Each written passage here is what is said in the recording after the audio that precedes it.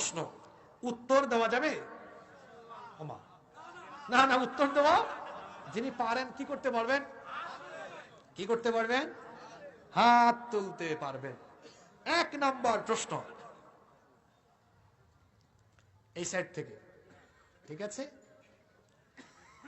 বলতে হবে, যে ব্যক্তি কোরআন শিখবে না তাদের জন্য আল্লাহর তরফ থেকে শাস্তি বরাদ্দ কয়টা? উনি বলেন, পরিপূর্ণ হয়নি উত্তর। হ্যাঁ, 1 নাম্বার আবার বলেন। জীবন সংকীর্ণ মানে কি? আমি ব্যাখ্যা দিয়েছিলাম, সুখী হবে না। ইয়েস। 2, গুড, মাশাআল্লাহ। 3,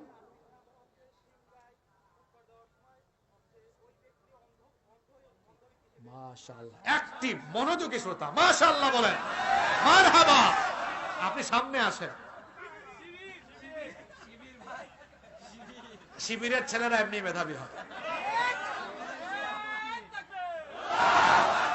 বাংলাদেশে যত ছাত্র সংগঠন আছে তার মধ্যে সবচেয়ে মেধাবী সংগঠন হলো ইসলামী ছাত্র শিবির।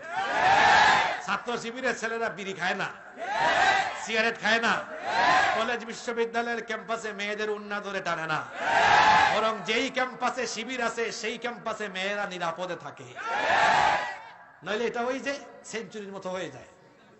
ঠিক আছে, মাশাআল্লাহ। তাইলে এই সারি থেকে একজন ভাইকে ওনারা উপরে উঠান। হ্যাঁ, মাশাআল্লাহ, আপনি আসেন। আচ্ছা, এরপরে আমরা আরো দুজনকে ডেকে আনি, কি বলেন? আপনি পাবেন প্রথম, তারপরে এই সারিতে মাঝখানে। আপনাদের জন্য, এই সারির জন্য প্রশ্ন হলো, আপনারা কি সবাই প্রস্তুত আছেন? সবাই কি রেডি আছেন? ঠিক আছে। আপনাদের জন্য দ্বিতীয় প্রশ্ন হলো, মানুষ ইন্তেকালের পরে তার কয়টি আমলের সওয়াব কবরে গিয়ে, এটা হাত উঠে গেছে আগে ভাগে 3 জনের, এটা হয় নাই, এটা অনেক বেশি হাত তুলে ফেলছে।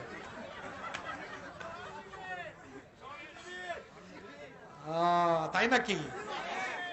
এই জন্যই তো এরকম হয়েছে। তা পুরস্কার তো এখন সবাই দেওয়া লাগবে। আচ্ছা, কোনো অসুবিধা নাই, প্রশ্নকে আমরা কঠিনও করতে পারবো, কোনো অসুবিধা। প্রশ্ন হলো, কোরআনে কারীমকে কোরআনে কিসের সাথে পড়তে বলা হয়েছে?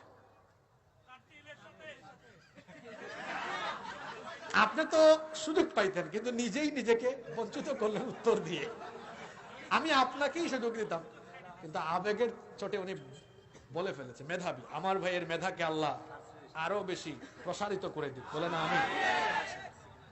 হ্যাঁ, এই জন্যই তো বেশি মেধাবী। মাশাআল্লাহ। ঠিক আছে। হ্যাঁ, ওয়ারাত্তিলিল কুরআনা তারতিলা। মাশাআল্লাহ, মাশাআল্লাহ। তো প্রশ্নকে তো কঠিন করলে আবার ওনারা সবাই ভয় পেয়ে যাবে, তাই না? তো আমরা একটু সহজেই রাখি, কোনো অসুবিধা নাই। পারবে, পারবে, সবাই পারবে ইনশাআল্লাহ। আমরা আজকে আলোচনার মধ্যে বলেছিলাম, যারা কোরআন নিয়ে গবেষণা বা কোরআন বোঝার চেষ্টা করে না, এই অন্তরকে আল্লাহ কেমন অন্তর বলেছেন? উনি হাত তুলছে আগে। হ্যাঁ, প্রশ্নটা জটিল হয়েছে মোটামুটি। কেমন অন্তর এটা? যে ব্যক্তি কোরআন বুঝার চেষ্টা করে না, ওই ব্যক্তির অন্তরকে আল্লাহ কেমন অন্তর বলেছেন? তালাবদ্ধ অন্তর।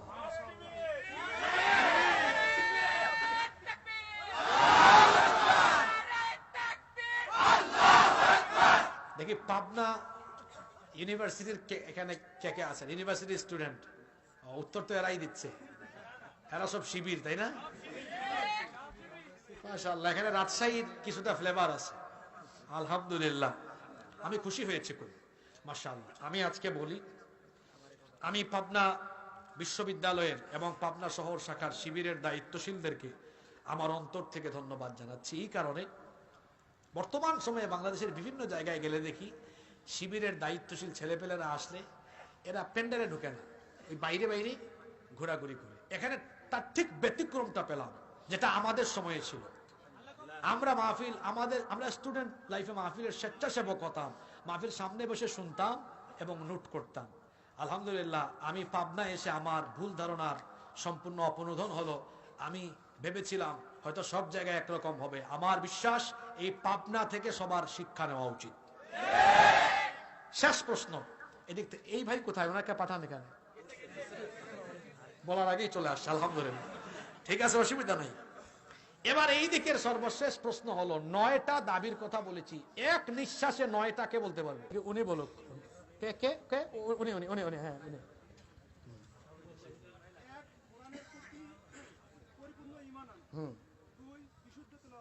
মাশাআল্লাহ। 3 বেশি বেশি তেলাওয়াত করা। 4 নিজের অধীনস্থদের কোরআন শিক্ষা দেওয়া। 5 অর্থ সহ তেলাওয়াত করা। 6 যথাসাধ্য মুখস্থ করা। 7 কোরআনে আমল করা। 8 কোরআনের দল করা। 9 রাষ্ট্র কোরআন দিয়ে পরিচালনা করা। পারফেক্ট, মাশাআল্লাহ। এটা শিবির না? তাহলে প্রমাণ হলো যে শিবির মানে মেধাবী।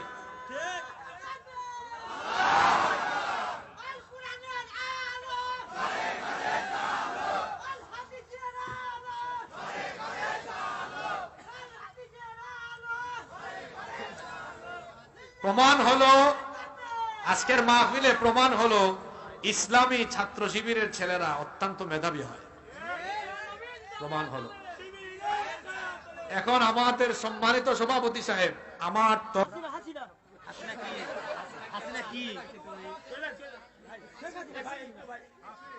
আজকে এই মাহফিলে আমরা সবাই যা কথা বলেছি এবং শুনেছি, এগুলো আল্লাহ আমাদেরকে আমলের তৌফিক দেন। আপনার